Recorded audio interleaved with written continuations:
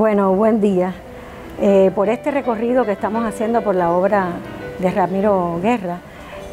vale la pena referirnos a una de sus creaciones más importantes, que es Suite Yoruba. La coreografía Suite Yoruba de Ramiro Guerra constituye una obra clásica dentro del repertorio fundacional del entonces Conjunto de Danza del Teatro Nacional de Cuba, que hoy, después de varios cambios durante su historia del nombre, hoy es Danza Contemporánea de Cuba.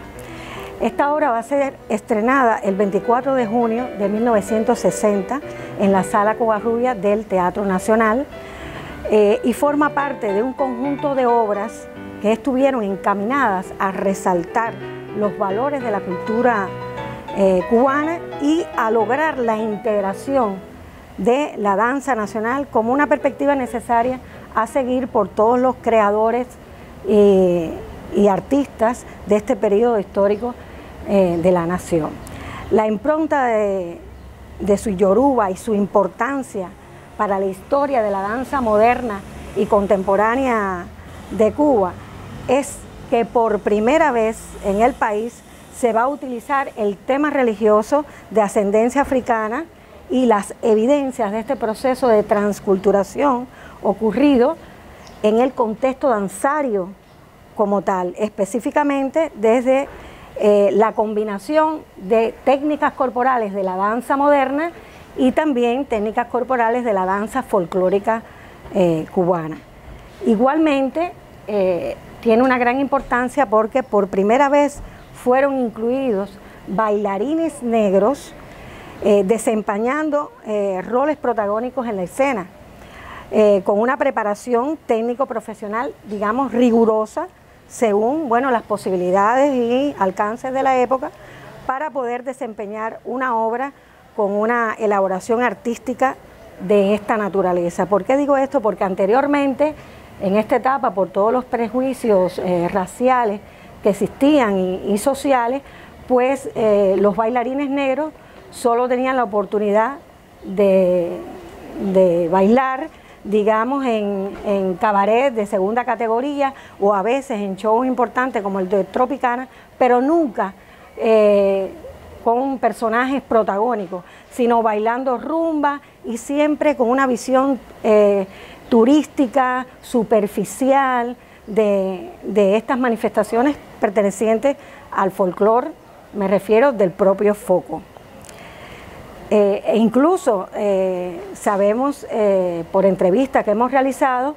que estos protagónicos lo hacían también bailarines blancos que se pintaban la cara de negro para realizar este personaje. Entonces, otro elemento que distingue a Suite Yoruba de otras obras de similar motivación es la utilización del conjunto de los tambores rituales batá en vivo, ejecutado por personalidades y jerarquías dentro de la regla de Ocha, como por ejemplo Trinidad Torregosa, que era un connotado tamborero que también construía tambores batá, y también tenemos el caso de Jesús Pérez, ambos Omoañá, dentro de la santería o regla de Ocha. También, de igual manera, se incluyó un coro folclórico de 7 voces, conformado por mujeres y hombres, y aquí igualmente participaron varias mujeres santeras y yalochas de gran jerarquía dentro de esta religión, como por ejemplo Nieva Fresneda y Luisa Barroso. Sí, podemos observar también que estos hombres y mujeres que acabo de mencionar tuvieron que ver mucho también con la investigación de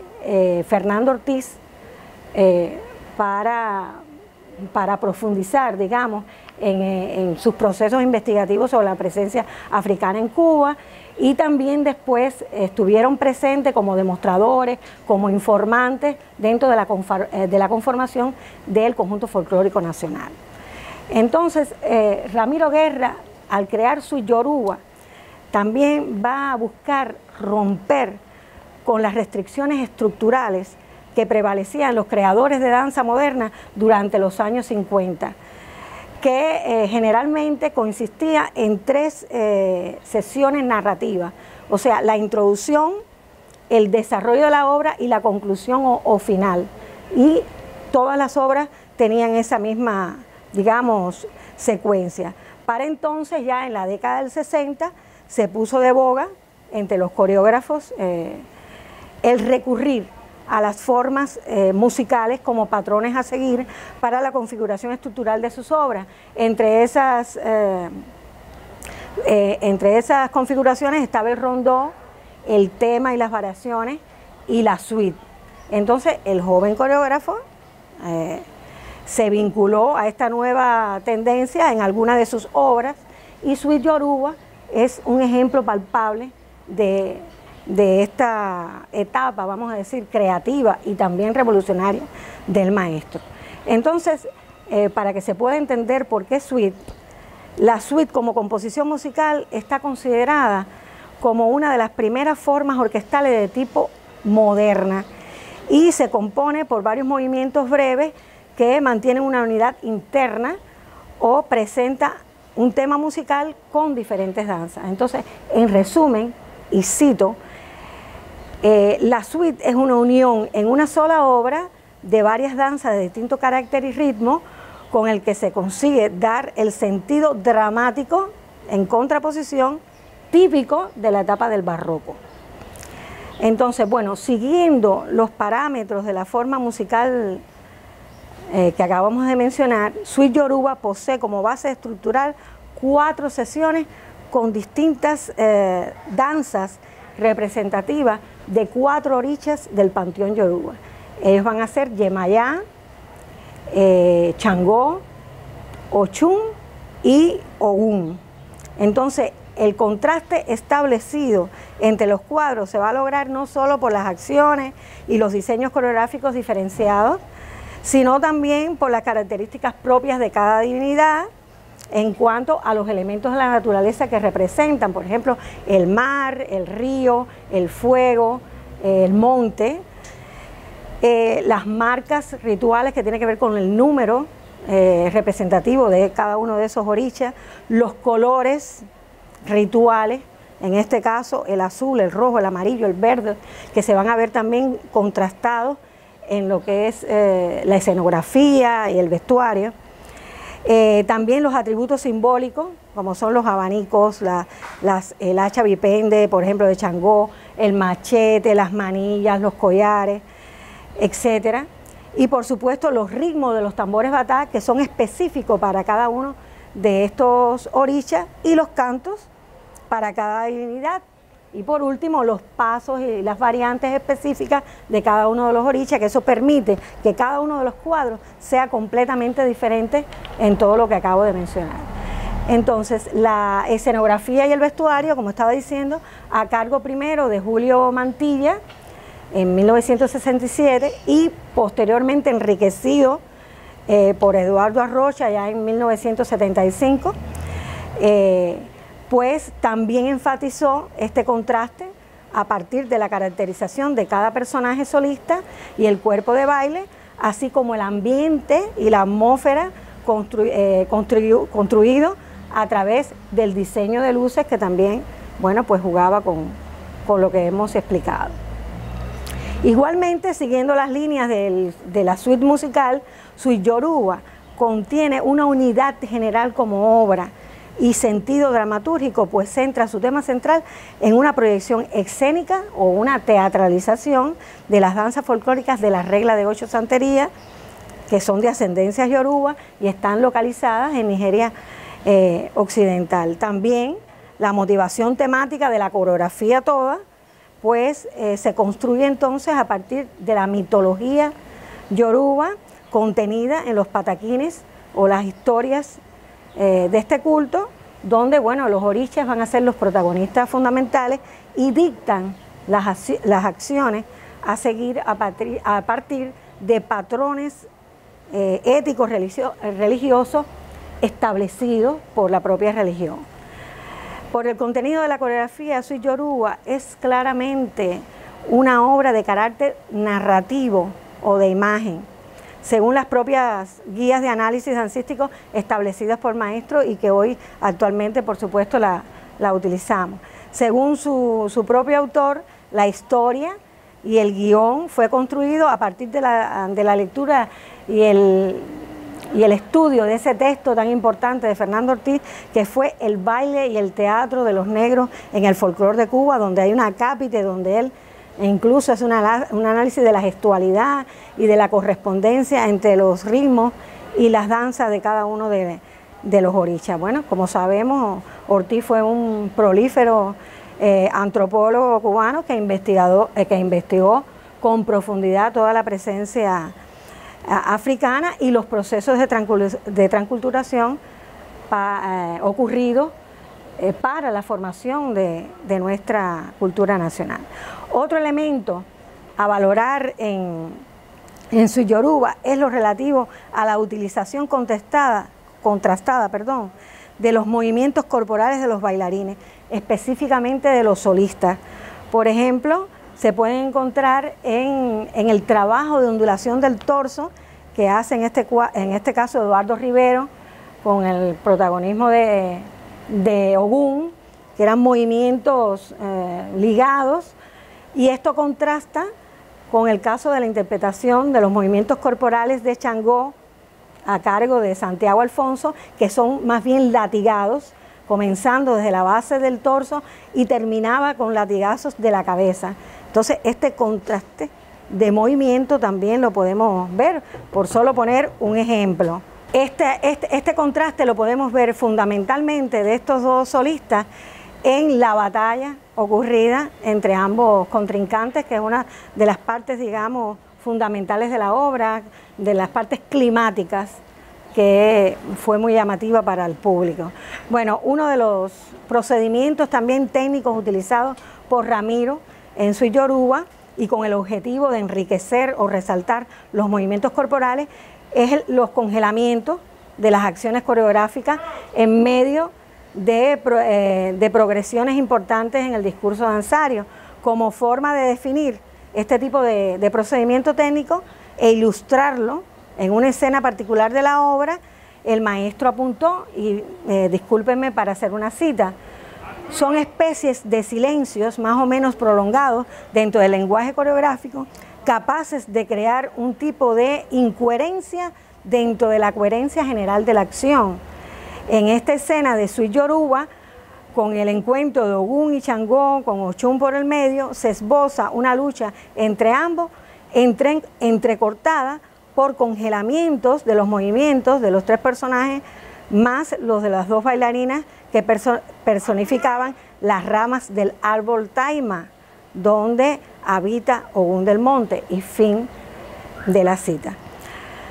Bueno, otro procedimiento también muy importante que vamos a ver en Sweet Yoruba, en este caso fundamentalmente en la versión del documental que se realizó, que se llama Historia de un ballet,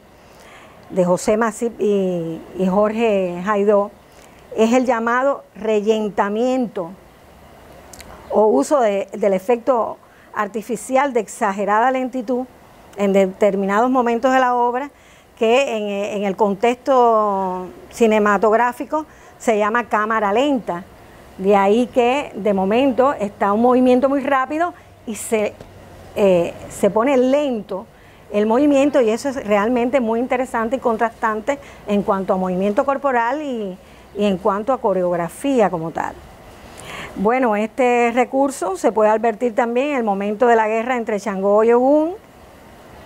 que también, bueno, en este proceso acelerado de la guerra, pues se produce estos contrastes. Y a la vez,